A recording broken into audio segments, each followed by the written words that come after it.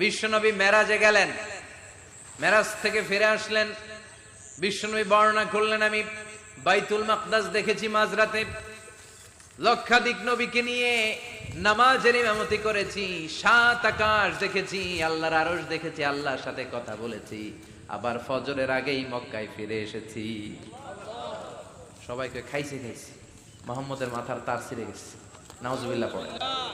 আবু জাহেল, উতবা, সাইবা সবাই মিলে একটা সুযোগ পেল, বললো এতদিন আমরা আবু বকররে বুঝাইতে পারি না, আজকে মোহাম্মদ যে গাঞ্জাখুরি কথা বলে এটা বললে আবু বকররে আমাদের দলে নিয়ে আসা যাবে।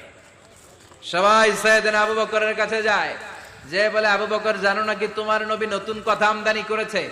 কি বলেছে আমার নবী? তোমার নবী বলে মাঝরাতে বাইতুল মাকদাস গিয়েছে। বাইতুল মাকদাসে তখন দ্রুতগামী ঘোড়া দিয়ে ছুটলেও যেতে লাগে 15 দিন। অ্যাবাউট টার্ন কাম ব্যাক, ফিরে আসতে আরো 15 দিন, মোট কয় দিন? 1 মাস। যেতে আসতে 1 মাস। তোমার নবী মাঝরাতে নাকি বাইতুল মুকাদ্দাসে ইমামতি করছে, 7 আকাশ ঘুরেছে, আল্লাহর আরশ দেখেছে, আল্লাহর সাথে কথা বলেছে, আবার ভোর হওয়ার আগে নাকি মক্কার জমিনে ফিরে এসেছে। আবু বকর বললেন, আসলেই কি আমার নবী এই কথা কইছে?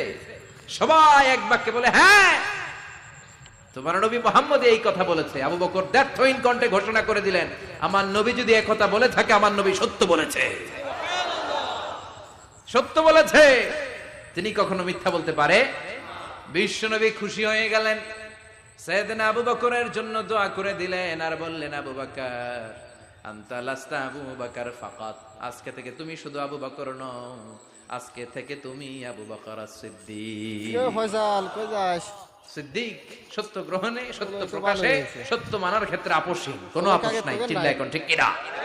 সে আল্লাহ বললেন, ওয়াযকুর ফিল কিতাবি ইব্রাহিম ইন্নাহু কানা সিদ্দিকান নাবিয়্যা। ও নবী, আপনার এই কোরআনের ভেতরে আমার খলিলের নামটা রাখেন, কারণ আমার খলিল যেন তেন কোনো নবী নয়, সাধারণ পয়গম্বর নয়, আমার নবী ইব্রাহিম হলো সিদ্দিক, সত্য প্রকাশে আপোষহীন। এজন্য আল্লাহ খুশি হয়ে ওনার একটা টাইটেল দিলেন, টাইটেলটা হলো খলিল। ওয়াত্তাখাযাল্লাহু ইব্রাহিমা, চিল্লায় বলেন ওয়াত্তাখাযাল্লাহু ইব্রাহিমা, আমি ইব্রাহিমকে খলিল বানিয়েছি। খলিল মানে দোস্ত। খলিল মানে কি?